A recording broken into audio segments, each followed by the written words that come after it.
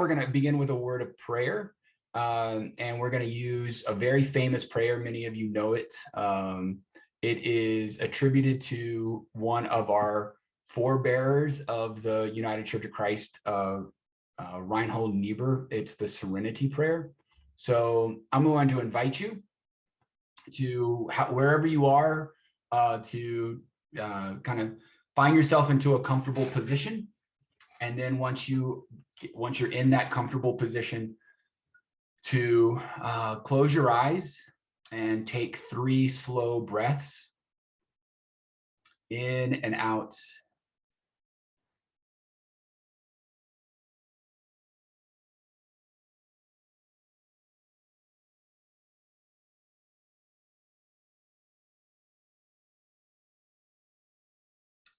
And after you've taken your 3rd breath, I invite you to open your eyes, and wherever you are, to join me in the Serenity Prayer. God, grant me the serenity to accept the things I cannot change, courage to change the things I can, and the wisdom to know the difference. Living one day at a time, enjoying one moment at a time, accepting hardships as the pathway to peace, taking as he did the sinful world as it is, not as I would like it. Trusting that he will make all things right if I surrender to his will, so that I may be reasonably happy in this life and supremely happy with him forever and ever in the next.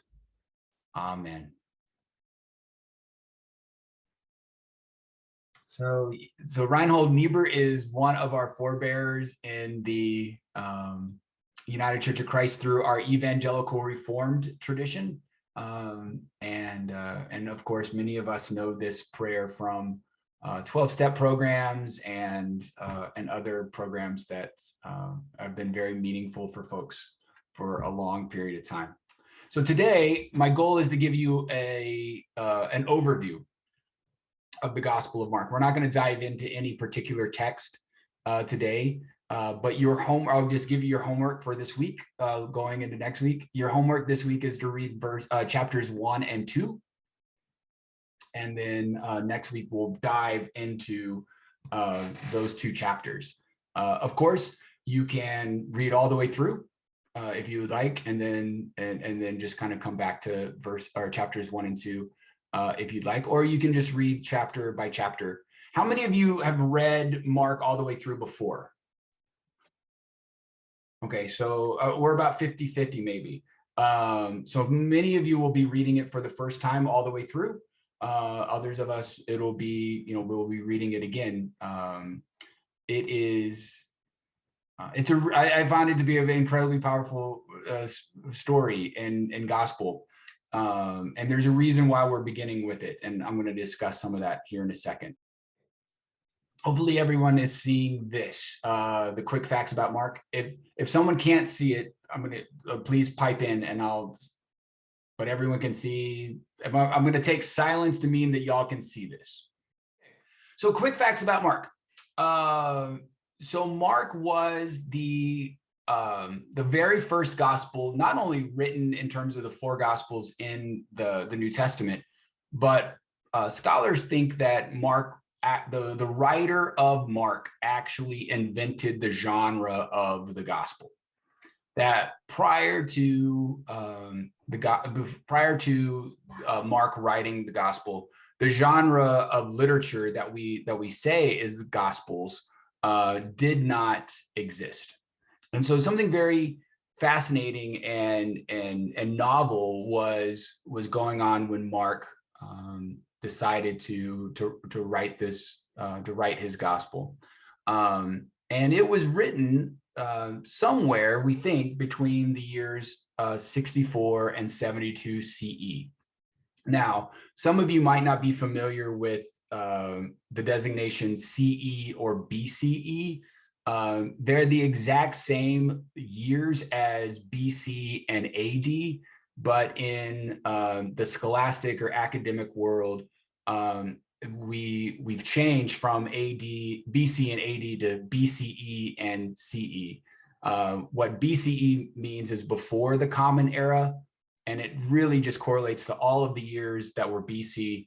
And CE stands for Common Era, and that correlates to all the years in AD. So it's still the same years, but we've kind of moved away from BC AD to BCE and CE. So if you've not seen that before, know that those years are the ones you might be used to in terms of 64 to 72 AD. And what was going on in those years between 64 and 72? The hint is the picture. Underneath where it says 64 and 72 CE, does anyone know what that picture is? The Wailing Wall? It is, yeah, Fritz, that's exactly right. That's the Wailing Wall. That's the Temple Mount. That's the Al-Aqsa Mosque on the Temple Dome, and that is the Wailing Wall is the last remnant of the second temple that was built after the Jewish people returned to Jerusalem after the Babylonian exile. They're Judeans, I should say, the Judeans came back to Jerusalem after the Babylonian exile. They rebuilt the temple that had been destroyed in the Babylonian invasion, and it stood until the year 70 CE.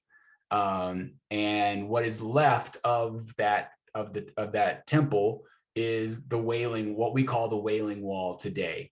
And so but that war between Rome and the Jewish people of ancient Israel and Palestine took place between the years 64 and 72.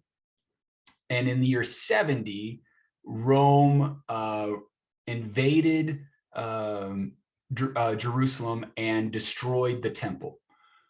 So it's given, the Gospel of Mark is given the date between 64 and 72 because it is an incredibly dark gospel. And there is an ominous feeling and tone to the gospel, and many references to war, to the destruction of the temple, and to refugees and displaced people.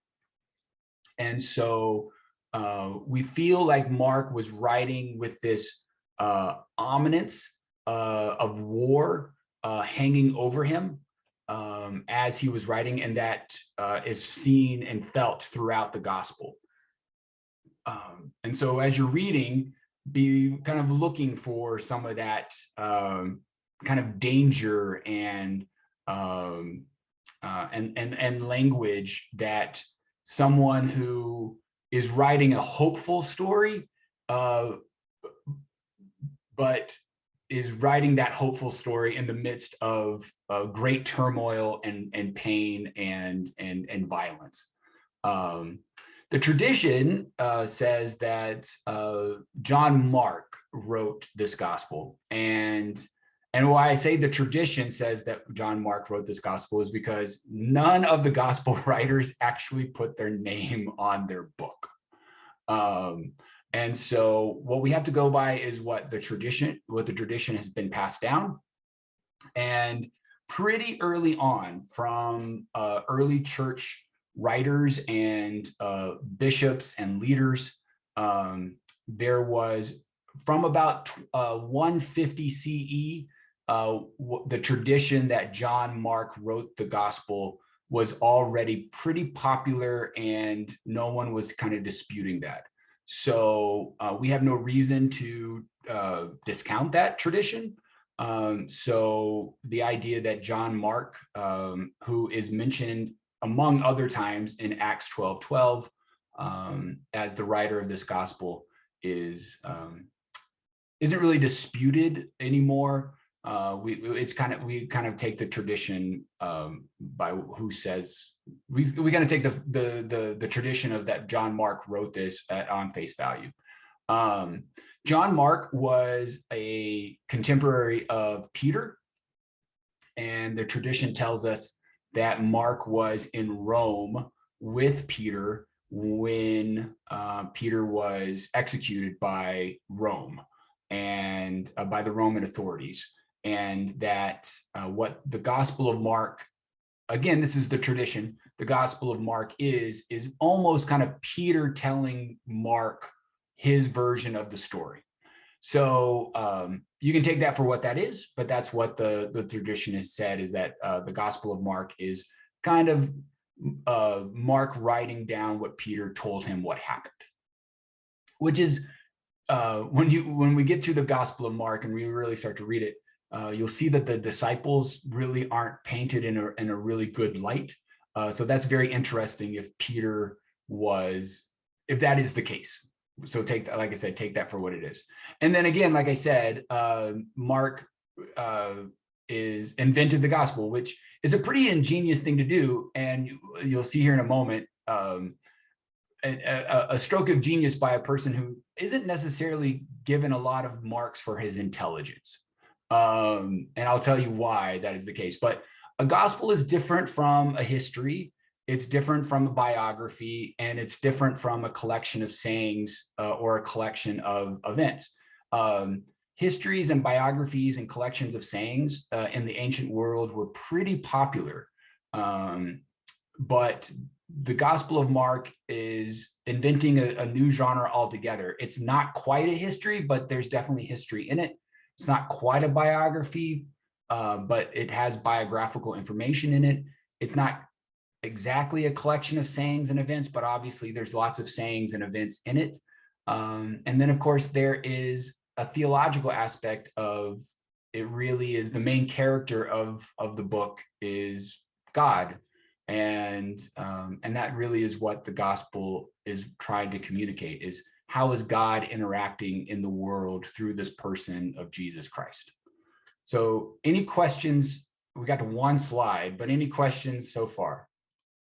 Real quick show of hands. How many of you learned something new right now? Hey, that feels pretty good. I got to say, that feels really good. All right. Okay, what you're seeing in front of you is called Papyrus 137. It was found in the year 1903 in Egypt. I don't remember exactly in Egypt. I'm sorry, I should have looked that up. But it was found in 1903 in Egypt, and it is the oldest parchment of the Gospel of Mark in the world. It is dated to 175 to 250 CE, so late 2nd, early 3rd century. Notice I said the Gospel of Mark was written in 64 to 72. That's what we think. And our oldest actual tangible evidence of the gospel is 100 years after that. At the earliest of its dating is 100 years after that. So we do not have the original manuscript. What you see in front of you on the left is Mark 1, 7 through 9, and on the right is Mark 1, 16 through 18. And you can see that they're mirror images of each other. That's because the person the scribe who was writing the gospel, transcribing the gospel, wrote on each side of the paper. So on one side of the parchment was the first half of the chapter, and on the other side of the paper, so he wrote on front, or the person wrote on front and back. So that's why they're mirror images of each other. But they actually are two different pieces of verses in the gospel. We do not own, for any of the gospels for that matter, Matthew, Mark, Luke, or John, or Thomas, or Magdalene, or Judas, or any of them. We don't have the original manuscripts for any of the gospels, whether they are in the Bible or rather they are apocryphal. We only have later editions of them. But I think this is pretty cool. If you ever go to Oxford University and you go to, I think is it Steckler Museum? That's where it's the archaeological museum at the University of Oxford. That's where you can find this piece of parchment. If you do look this up, parchment 137, you will find an erroneous article saying that this is the original Gospel of Mark, dated to the year 70. That has been debunked. That was written by a scholar, and I hope you can see my air quotes, scholar at the Bible Museum in Dallas, Texas. And that is that's just not that's just not viable. I know the scholar who wrote that paper really wants it to be the original gospel, but it is not. All good practices of dating parchment has said that it's not that old. So, reasons why I love the Gospel of Mark. One is because it is short and sweet and to the point. Mark has the fewest chapters and the least amount of words, and you can see that it is dwarfed by Matthew and Luke in terms of chapters and words. And like I said, Mark is a genius in terms of he invented a whole genre of literature, and yet he wasn't the most educated person, or if he was educated, he struggled to write, particularly in Greek. And if you know the Greek, then you know that it is really, really bad Greek. And the grammar is really bad. And he has a very poor understanding of the Jewish Bible, and he misquotes the Jewish Bible all the time in it. Whereas if you take an ancient Greek class in university, often the Gospel of John is actually the text that you use to learn ancient Greek, because it is beautiful. The writer of the Gospel of John is a poet and a philosopher, and he just writes in this very high Greek. And then if you read the Gospel of Luke, it is clear that the person who writes the Gospel of Luke is a very educated human being, and a very intelligent individual. But of course, the tradition tells us that Luke was a physician, and so that kind of is on point. And that John and Luke would be much more elegant in its writing. So even though I give him a hard time that or I say that he wrote the Gospel of Mark is a genius, and that in that he invented a new literature, a genre of literature, we can't be good at everything. So he wasn't that great of a writer. And you'll see, and when you read it in English, you should know that the translators have cleaned up his Greek into English quite well, so that it reads a lot better in English than it does in Greek. Also, the Gospel of Mark does not have a birth narrative. When we celebrate Christmas, we never read the Gospel of Mark. Because there is no nativity scene, there is no angel Gabriel, there's no shepherds or angels or any of that. Mark jumps to Jesus's early public life, and in the first chapter very quickly runs through these very important events in terms of introducing John the Baptist, having Jesus baptized, really quick temptation in the wilderness, no detail to that story whatsoever when you get there. Then Jesus comes out and gives his first sermon, which is one sentence. It's the shortest sermon ever, and maybe one of the best. And then he calls the very first 4 disciples, and you get all of that in chapter 1, and no birth narrative whatsoever. So the other thing that is interesting about Mark, not only is it different in terms of the beginning is, there's no birth narrative, there's no resurrection, or at least there doesn't seem to be a resurrection.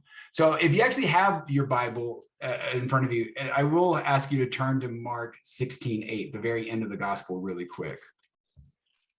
And because and obviously we'll spend more time on this when we get there, but if you get to 16:8, the last verse there of the gospel reads, "So they went out and fled the tomb, for terror and amazement had seized them, and they said nothing to anyone, for they were afraid." And then, regardless of the translation, you should have something that says the shorter ending of Mark, which should read something along the lines of, and all that had been commanded by them, they told briefly to those around Peter, and afterward Jesus himself sent out through them from east to west in sacred and imperishable proclamation of eternal salvation. When you read the Gospel of Mark and you get back to this shorter ending at the end of our Bible study, and you read the words, and after Jesus himself sent out through them from east to west, the sacred and imperishable proclamation of eternal salvation, you will realize there is no way that Mark wrote those words. That is high Greek, and Mark is a very pedestrian writer. He would never use words like imperishable proclamation of eternal salvation. Then you should have something that says the longer ending of Mark. So, there are many say that there's the Mark 16:8 was the original ending, and it literally ends with an incomplete sentence. And this is, if you see there the quotations, that is a literal wooden translation of the Greek. And no one to nothing they spoke, they were afraid for. That is literally how the Gospel of Mark ends. In our original the oldest manuscripts that we have available to us. And we'll talk about why the gospel seems to end so abruptly once we get there to that point. But I want you to be aware, there is no resurrection. When I say there's no resurrection, there's no physical appearance of Jesus in the resurrection event in the Gospel of Mark. The other three Gospels, Jesus appears as a body to Magdalene, to the disciples. But in Mark, there's no bodily resurrection whatsoever. And the women that were at the tomb leave the tomb and say nothing to anyone, for they were afraid. Which the other Gospels, Magdalene appears to Peter and the beloved disciple John run to the tomb. There's all that stuff. So later manuscripts mostly around the 3rd century, start to have these shorter and longer endings to them. So anonymous scribes, took the early versions of Mark and started adding these events, these other endings, obviously using Matthew and Luke as templates, because they mirror Matthew and Luke almost verbatim. Before we move on to themes, did you learn something more?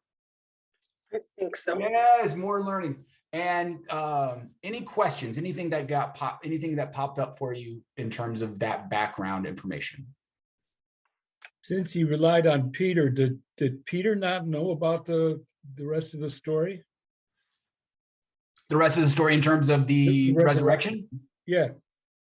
Well, obviously, Peter, yeah, right. Obviously, Peter knows about the resurrection. So we'll get there, Bruce, right? So there's I think a really funny answer to why Mark stops so abruptly, which is there is literally a theory out there that like the dog ate the last page.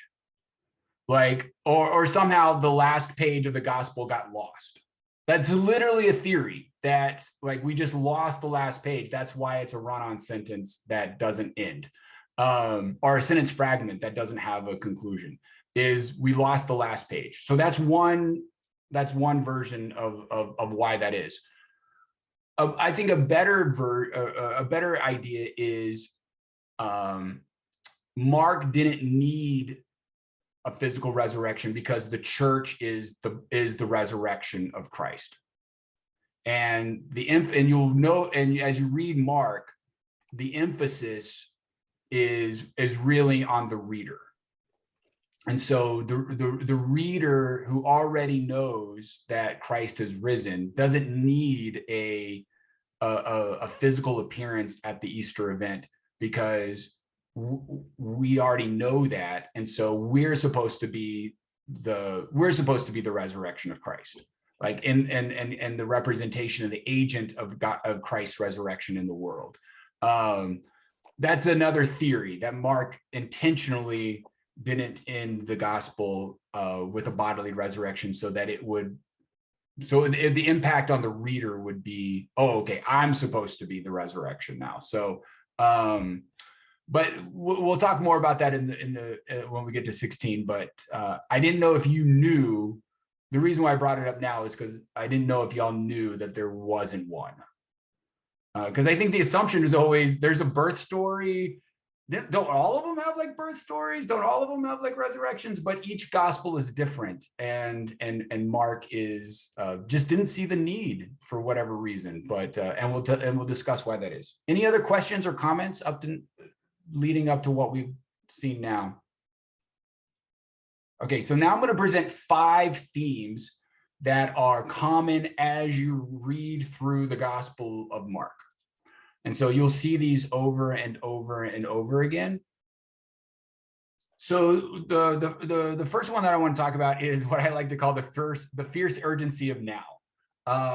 Mark, not only is Mark short, but Mark isn't really verbose in his literary transitions. And so Jesus and the disciples, they jump across geography.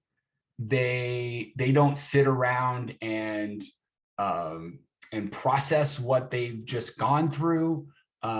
There's not a lot of exposition. The connective tissues from story to story in the Gospel of Mark are words like then, immediately, at once. In chapter 1, you'll get to after Jesus is baptized, you'll see in chapter 1, verse 12, after he's baptized, and the Spirit immediately drove him out into the wilderness. Like, he doesn't even get a chance to celebrate and bask in the glory of his baptism. It's so fast. The gospel moves at such a pace; it's almost breathless, and that is that's very indicative of the Gospel of Mark. Mark just has no patience for exposition or for giving broader details. He's like the exact opposite of me telling a story, where like I just bask in like all the little details to make the story kind of come alive and paint a picture. Like he doesn't need all that. He's moving on. And so be aware of the pace of the story. It is not slow. It moves very, very fast. Secondly, be aware that Jesus doesn't talk a lot. I mean, Jesus talks. I'm not saying that he doesn't talk and he doesn't teach. He definitely, and he uses parables, and he debates the Pharisees and the Sadducees just like you expect him to. But Jesus actually says the fewest words in the Gospel of Mark, which is the exact opposite of the Gospel of John, where Jesus is verbose and just goes on for pages and pages of, talking and giving these diatribes and these great philosophical treatises as he's talking. And the Gospel of Mark, Jesus is a man of very few words. And so Mark focuses more on the teaching of Jesus's actions, not to say that the words aren't important, they're very important. But there's no Sermon on the Mount in the Gospel of Mark. There's not 3 chapters of teaching like that. It's more about what Jesus does that is the communicator of his gospel more than what Jesus says. Again, I'm not discounting what Jesus says. It's very, very important. But Mark finds the actions to be a much more appropriate way to communicate who Jesus is and what his message is for us, more so than what his words are. But that also, because Jesus doesn't speak a lot, we should pay attention that when he does. Because some of his teaching in the Gospel of John can get lost in the number of words that Jesus says. In the Gospel of Mark, that just isn't the case. So when Jesus speaks, we definitely want to listen. There is a really fun dynamic in the Gospel of Mark, more so than the other Gospels. I think the best way to put it is Jesus has a secret identity that the general public, and more importantly, religious leaders, important, powerful people, the disciples themselves, don't seem to recognize who he is. They, in a word, they are clueless and ignorant to Jesus, even though they are witnesses to powerful miracles, amazing acts of healing, deep wisdom. They still just don't get it. Whereas pay attention to the outsiders, the leper, the possessed, the suffering, the blind. They almost instinctually understand who Jesus is immediately. And so the insiders and the powerful are ignorant to him, and the outsider and the marginalized identify him and identify with him almost instinctually. So be aware of that theme throughout the Gospel of Mark. I didn't put it up here, but you also find a very strong economic justice theme running through the Gospel of Mark. Whereas the Gospel of Matthew, it leans so much on trying to make the case that Jesus is the fruition of the Jewish prophetic tradition. And like I said, the Gospel of John is presenting this kind of cosmic Christ, and Luke is kind of a combination of all three, to tell you the truth. Mark has a very, very strong economic justice message throughout the gospel. And so those who are poor, marginalized, pushed out of society, Mark has a very tender heart for them, and presents stories of Jesus that Jesus then has a very tender heart for them. Or maybe it's the other way around. You also get a very emotional Jesus in the Gospel of Mark. He gets angry, he gets sad, he gets frustrated, he gets exacerbated, he has joy, he tells jokes, and sometimes the jokes are lost in translation. But when we get to some funny stories in the Gospel of Luke, or I'm sorry, in the Gospel of Mark, I'll try to point them out, because in the English and in our 21st century society, the joke is kind of lost on us. But there's some humor in the Gospel of Mark, and so we get a very human Jesus that spans the pantheon of human emotion, and yet one of the most prevalent emotions that Jesus feels is suffering and pain, and that is apparent with how much the passion narrative takes up in the Gospel of Mark. Mark is only 16 chapters, and a full third of the Gospel is the passion narrative. Some people have even said that the shorthand that Mark is a passion narrative with an introduction. I think that's a little bit dismissive of the other parts of Mark, but there is something to be said about the fact that 4, almost 5 chapters in a 16 chapter gospel is dedicated to the last week of Jesus's life. And so there's that pain and suffering is important in the Gospel of Mark. And the reason why it is because of redemption. Mark introduces the themes of of redemptive suffering through the cross, the losing of one's life to save it, the denying of the self to gain eternal life. That is very prevalent in the Gospel of Mark. Last, and certainly not least, is the rabbi and the Son of Man. Jesus is, you'll find in the Gospel of Mark that other people refer to Jesus as rabbi or teacher, but Jesus refers to himself most often as the Son of Man. And some of your translations will translate the Greek Son of Man, or what would be the Greek words that have traditionally been translated as Son of Man. In some of your translations, that will be translated into English as the human one. And I will make the case to you that that is one of the worst translations into English in the entire gospel. Mark meant the Son of Man in my opinion, Mark meant the Son of Man for a very specific reason. And that is because the Son of Man in Jewish apocalyptic literature ushered in the new age.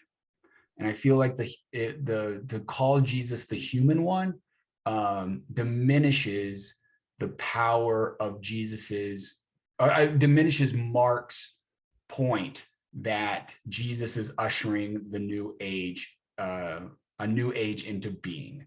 But I want you to be aware that Jesus is mostly referred to as teacher or rabbi, and teacher and rabbi are interchangeable. Sometimes the translation will stick with the Jewish, the Hebrew for rabbi, and other times it'll translate it into English as teacher. But that's the same Greek word that is being translated either rabbi or teacher. So most people come up to him and say, teacher, rabbi, I've heard you say, or, it's been said this, and Jesus replies. But then when he refers to himself, he almost always refers to himself as the Son of Man. Okay. And then next week, like I said, read chapters 1 and 2, and we'll dive into it. A good 5 minutes. Questions, comments, thoughts? I was just curious with that, Papyrus 137. Yeah. That section that you showed, is that all they found, or is there a lot more to it? Or that's it, Dave. They know it's from Mark just from that little bit of translation compared to what? Okay. Yep. Yeah. Unfortunately, that's all there is. If you go to Oxford, they're not hiding the rest of it from us. It's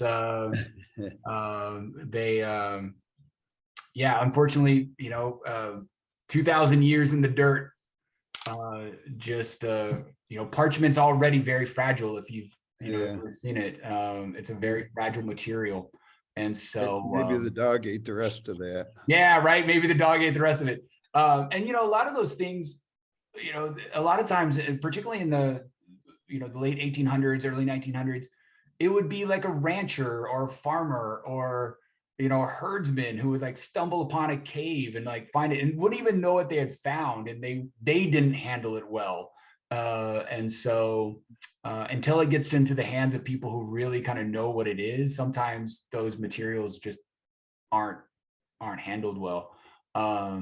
We're lucky that we have as much as what we do, to tell you the truth.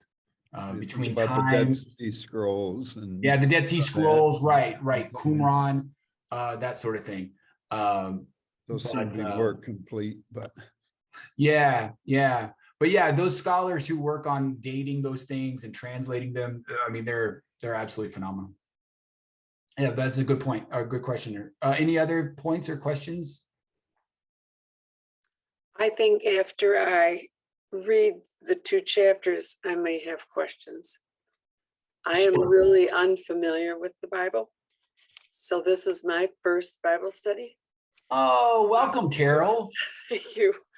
I'm looking forward to it, and I'm a little embarrassed to even admit this, but I'm anxious to read these chapters, and I may have questions at that time. I think what you've shared so far sounded like Greek to me. the whole thing sounds like Greek to me. Sure. Hopefully it'll be more clear when I read the chapters. So thank you. Yeah, that's great, Carol. No, You're going in my book of firsts. yeah. I had a book of firsts that I started when I was about 65 and thought, oh, I think I've done everything in my life. And then I found out I haven't done nearly any in life. And I Oh, my started a goodness. book of firsts. So you're in my book of firsts as Oh, my that first makes me so Bible. happy, Carol. Thank you for sharing that. Thank You're you. welcome. Kelly, I saw your hand. Yeah, I just had a real quick. I also was not familiar with the Bible, and a few years ago, a friend of mine who lives in Poundwater, anyways, we started reading through the Gospels multiple times actually, and then we decided let's read the whole Bible. But anyways, because we read through the Gospels, a handful of times, what we realized is, so for you, Carol, different things will speak to you each time you read through it. So if you read end to end, something will stick out or God will speak to you in a certain way, and then you read it again at a later time and, something else sticks out. So it's a new journey every time you go through it. It's really fun. Thank you.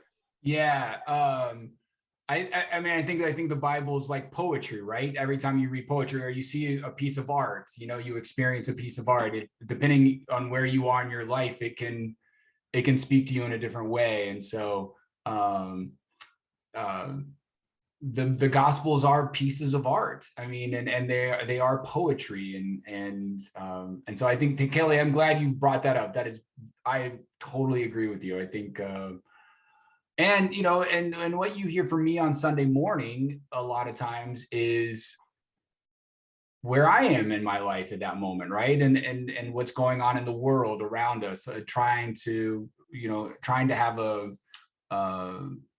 trying to bring the Bible into our current situation, so that as followers of Jesus, we can be moral and ethical and be kind and just and all those things. So thank you for sharing that, Kelly. That's a really good word. Yeah, Bruce. Generally speaking, what determined who determined and why the order of the Gospels? Because Mark was supposed to be written the first, but he's not the first in the list there. No. So that's a great question. It is 8 o'clock, so we'll end with that. All right. So why is Mark second? So when the Christian Bible was canonized in around 380, I think it was 385. I always have to look it up. They set the order. Right before 385, when they had the council to kind of put the Christian Bible in order, there was no set order, and so that's when that happened. Right prior to 380, there was no set order as to which ones to read first. Okay, so but when the council met to put the Bible in its canon. In the canon, what we call the canon, they decided that coming out of the Hebrew Bible, that starting with the gospel that was written to Jewish Christians was the most logical first gospel. So coming out of the Jewish tradition of the Old Testament, they felt that Matthew spoke to everything that had come prior to Matthew better than starting with Mark. So because Matthew is so steeped in early Jewish Christianity, Matthew is a Jewish Christian speaking to Jewish Christians. There would have been a high Hebrew Bible literacy rate for those Christians that were reading the Gospel of Matthew. So that's why Matthew was put ahead of Mark. And chronologically, right, if we were going to chronologically when they were written, the letters of Paul should be first. Because all of the letters of Paul were written before the Gospels. So that's why they're not chronological. in terms of which ones were written first. It's more thematic. And the reason why John was put last is because it's the most complicated. So they wanted you to get a kind of a sense of the stories of Jesus and the teachings of Jesus before they then introduced John, and John introduced something completely different. John is Greek philosophy is what it is in a Christian context. And so you need to sort of have the tradition underneath your belt to kind of understand John. But all right, this has been fun. It's been fun for me, but I hope it's been fun for you. And I hope you learned something, and that you'll join me next week. So may God bless you. May God keep you. And until we meet again.